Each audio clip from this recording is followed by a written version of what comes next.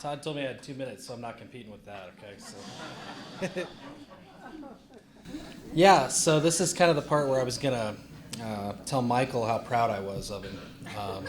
So if that gets out to him, I know we got kids here and stuff like that. I really am. And that's kind of where it continues the story, because our story intermingles and affects other stories. So Michael gets back from camp. He's given his life to Christ. He's starting to make new decisions. He's still walking out what that means, but he's growing. And he showed up and he was excited about core team. So that's like an event we have. We've kind of just started up this year, where we're trying to grow a little deeper with these kids. We're trying to meet some of the kids that are in this place where they get it now. They understand they need Christ in their life. Now what? They need to know, what is it now? How do I specifically walk this out? And we're trying to help them with that.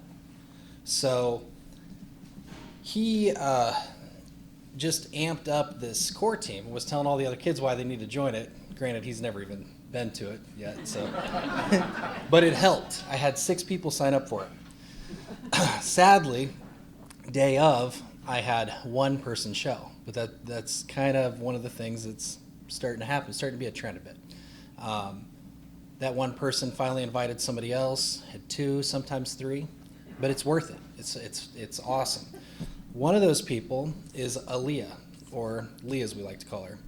And she started coming to this, asking the right questions, because somebody else challenged her too. She thought, maybe I'll try this. And she has since been attending church with us, my wife and I, and really taken a liking to Celeste. So we've been taking her to church with us. We've went 4 or 5 times with her. We even visited my brother's church, and she went with us even when we did that. And, I'm in this place where I'm getting to see these kids grow and everything, but I'm also seeing them leave. It's like we have them for a second. We get their attention, and then poof, they're off to the next part of life. They're off to the next thing. They're off to college. They're in another grade now. They're in another friend circle. And we really want their attention for a second. We really want to tell them how important it is to have Jesus in their life. And I've been kind of dealing with that, honestly. One of the things I've been thinking about is we had a really big group in high school last year, and we've lost a lot of influential seniors, and with that, we're kind of rebuilding. We got other kids coming in and everything. And as we're doing that, I just been thinking of the parable of the sower. And then I heard Bill kind of mention, he's talking about planting seeds. Tim's talking about the soil. And this has been a thing that's kind of on my mind. I started planted a few trees a few months ago. And so now I'm like, I get weirdly fascinated about different subjects. So now I want to know things about trees. And my friends know, I geek out over weird little things, and I want them to be interested, or it's a whole thing. But anyways, my youngest son broke one of these trees, and we tried to graft it together, and that clearly wasn't going to work. It had 1 leaf under the break. We're like, man, this thing's just not going to make it. But I felt obligated, because when we planted these trees, my wife and I did something we've never done before, and we're praying for the trees as we plant them. God's going to make them grow strong and big, and it's like, how do I pull this thing out of the ground now and just plant another tree here? So as I'm struggling with that, it's like God's telling me, just keep watering it. Quit worrying about it, just keep watering it. And I want to do everything. It looks stupid. I've got all these other trees all perfectly the same height, and I get this little bitty one.